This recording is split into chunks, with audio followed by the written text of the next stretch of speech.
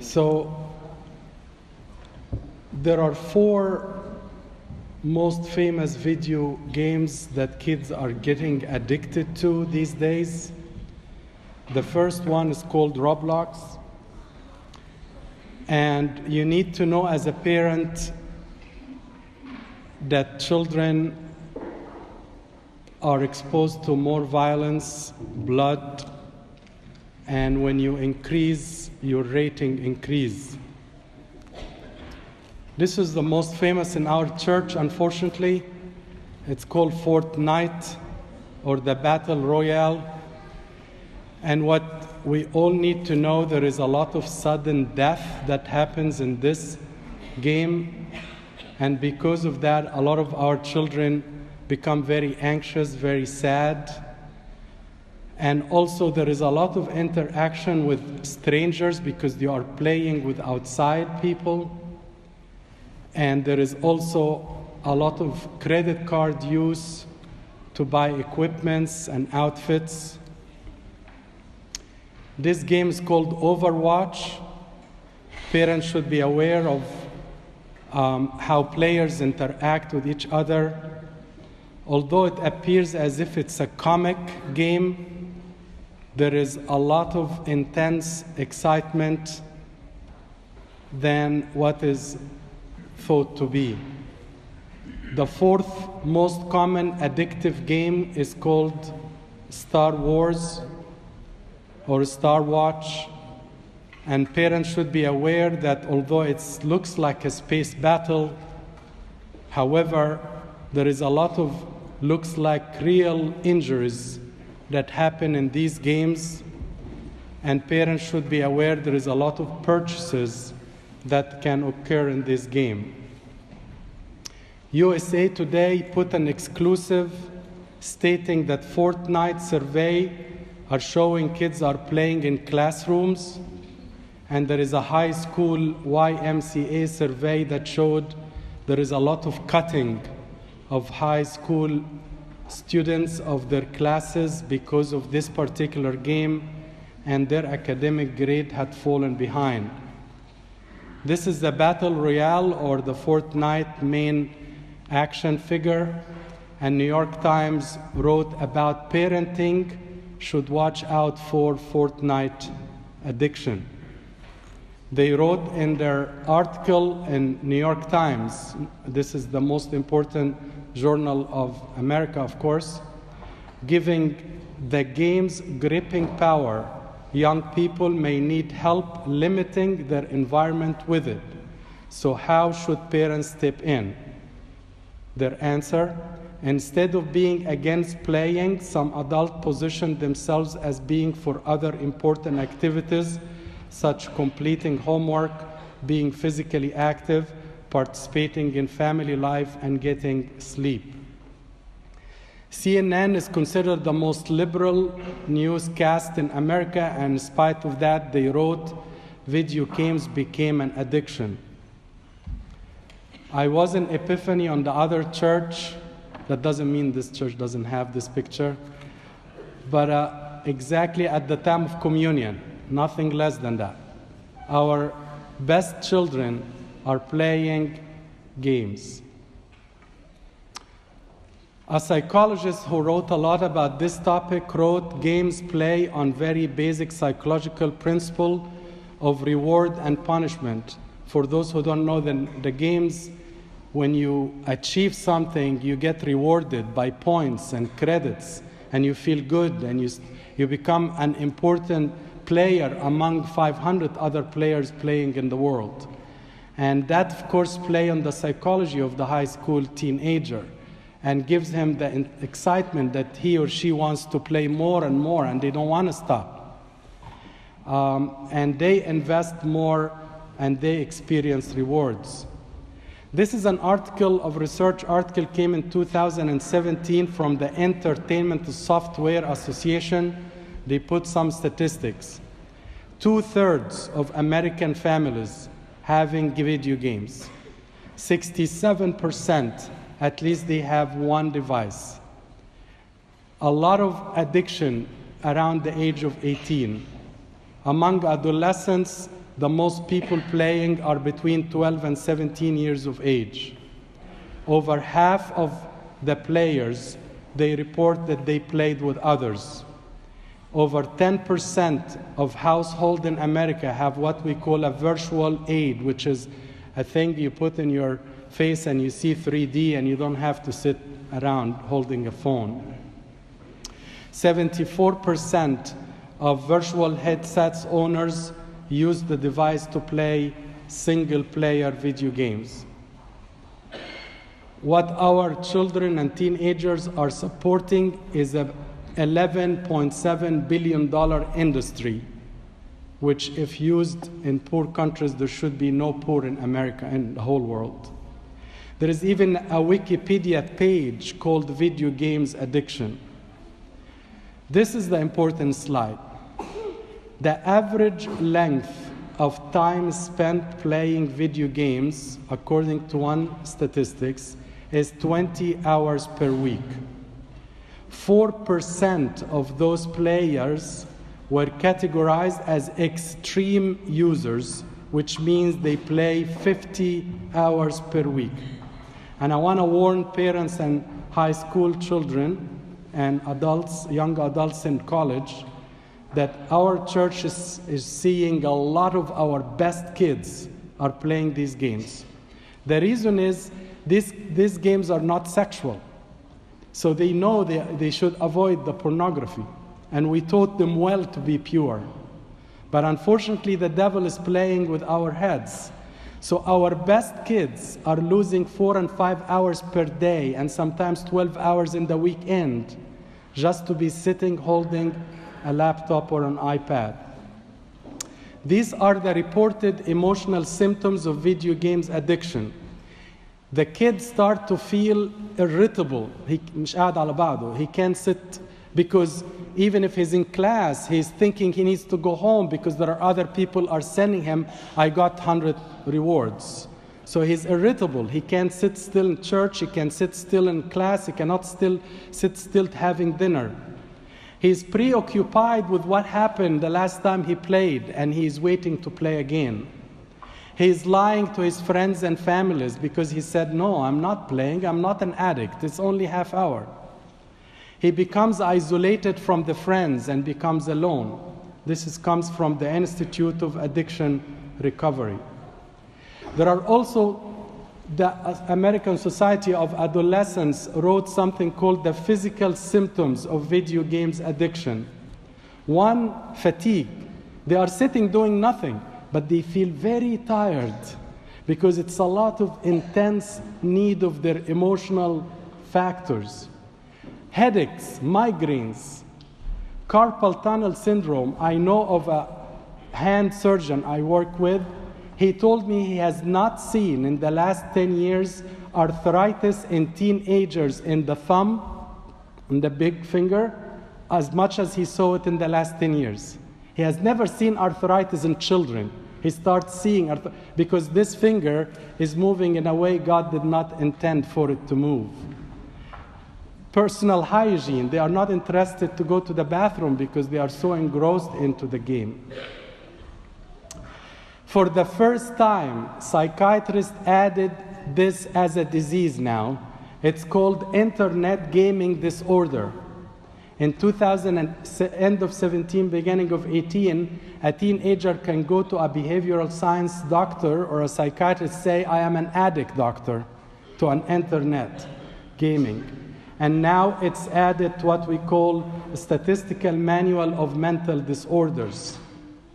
I hope I am scaring everyone in this church enough that this is a real issue for the fathers and the leaders of the church to probably, in some of your minds, waste the 15 minutes in liturgy to spend time in this because our best kids are falling to be addicts into this.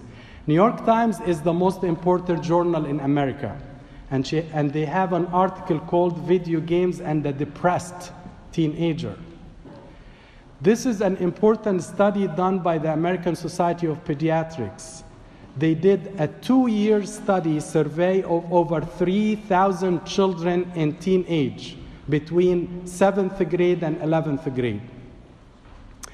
And the average amount of time played was 20.5 hours per week.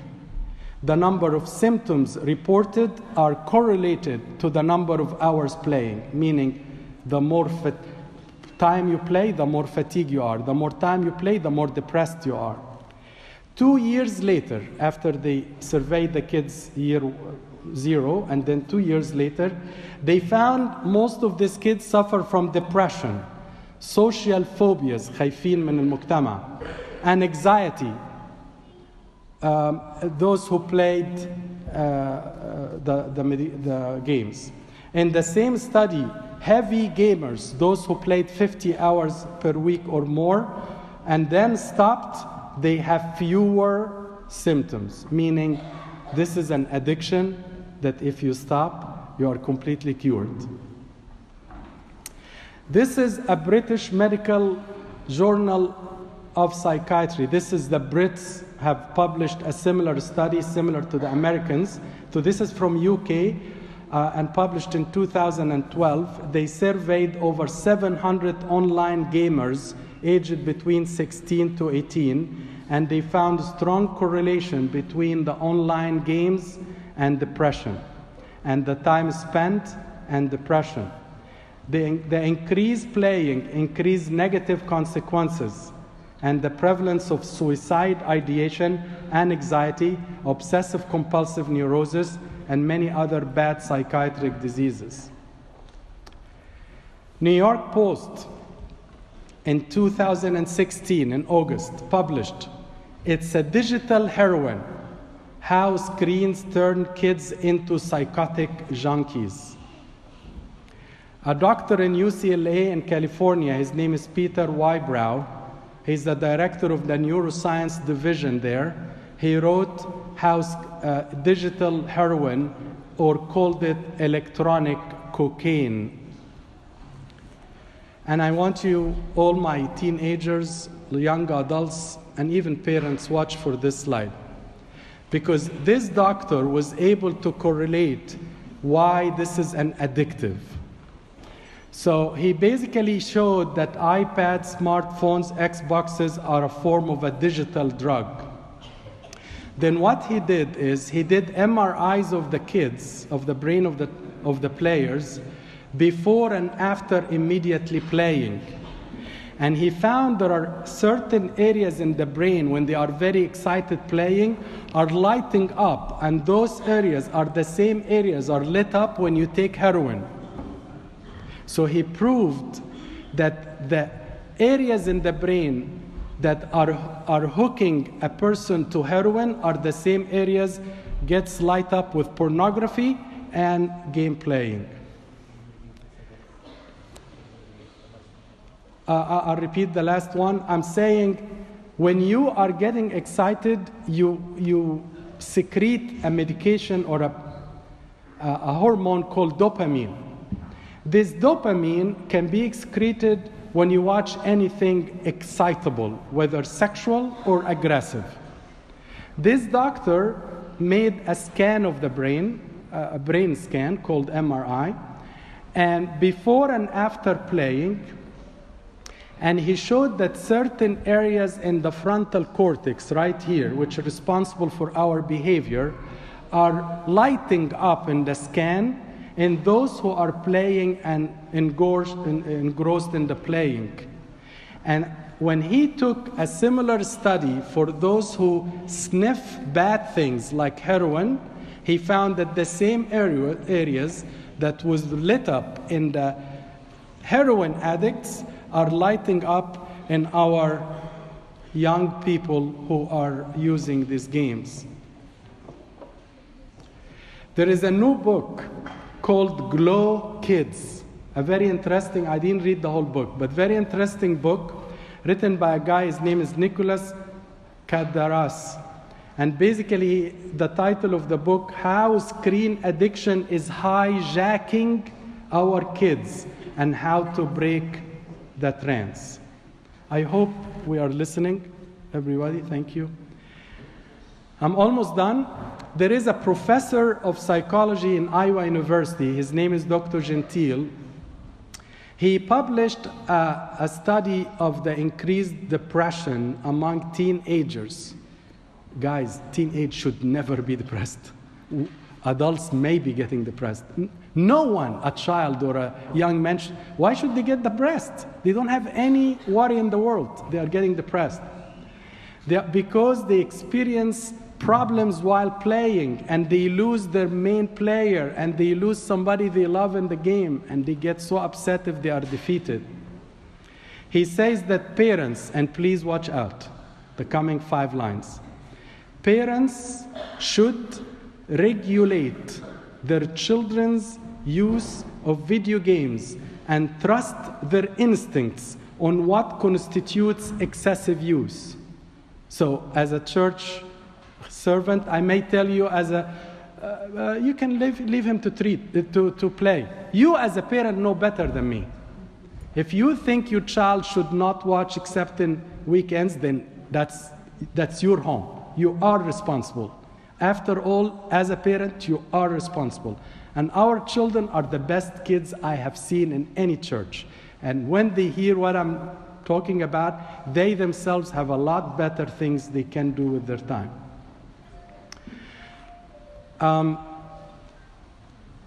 Have you heard of Steve Jobs? If you haven't, then you missed a lot. This is the most important billionaire in the world. This is the one who invented this and any Apple device in your pocket today. His picture you can see. Steve Jobs, New York Times did an article about him before he died. The article states, Steve Jobs is a low-tech parent. So the interviewer asked him, your kids must love iPad, I asked Mr. Jobs. Trying to change the subject, the company first tablet was just hitting the shelves. This is when iPad was just coming. He answered, and please parents watch his answer. This is Steve Jobs, the one who owns the company of Apple. They have not used it. We limit our technology that our kids use at home. So if you as a parent compare yourself to Steve Jobs, and right away you should learn what we should do. No iPads, no phones while you are eating. No iPads, iPhones when we have to talk to each other. Because otherwise we're losing, and parents should start with themselves first. You cannot tell your child, بطل يا حبيبي وأنا I'm doing this in front of the treatment. I'm done. Prevent your young kids, اللي هم لسه ما ابتدوش, 4, 5, and 8 years old from getting hooked to the screens. Which means you want to give them something instead. Give them something instead of the screen. Give them Legos instead of Battle Royale. Give them books instead of iPads. Give them sports instead of TV. Join the gym, you and them, but don't let them be hooked. You must have an honest discussion with your child about what are the limits of your own home, of how much the screen should be used. Limit the number of hours you can allow your children to use iPad to 2-3 hours per week, not 20 and 50 hours per week. Make your teens participate in sports or other activities. Eat dinner with them without electronic devices. Remember, Steve Jobs used to have tech-free dinners with his children. Recently, I started working with one of the best high school girls in making a choir team. And you may have seen one of their songs came on YouTube. But I was worried about them because they start to feel good about themselves. And so I made an agreement with them. They signed and I signed. And the agreement, I wish that you guys may like to use it in your own homes. This is similar to the agreement. So I changed the agreement here to apply to technology. It starts by this. Guys, girls, and boys, This is an idea that you can make an agreement with your parents.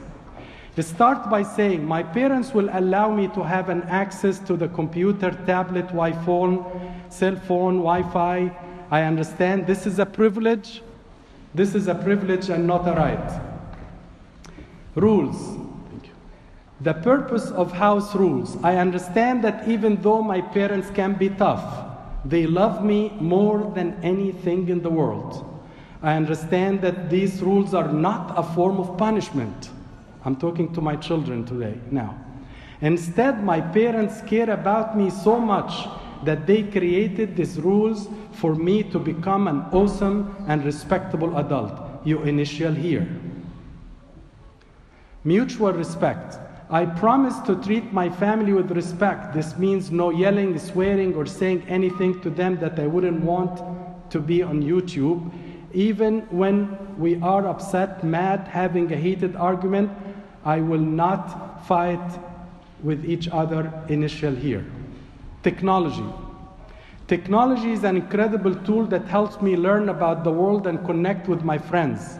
I understand my behavior on these devices can directly impact my reputation and my future. I promise that I will use the technology responsibly.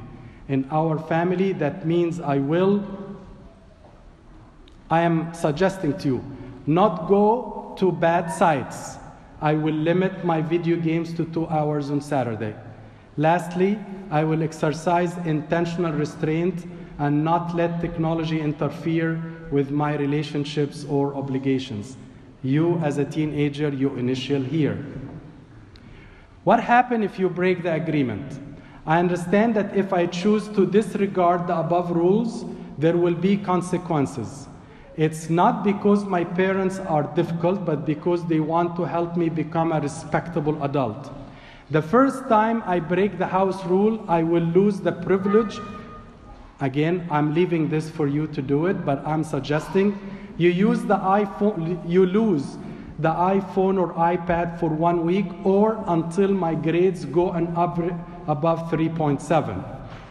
What if I break the same rules twice, or I break 2 rules?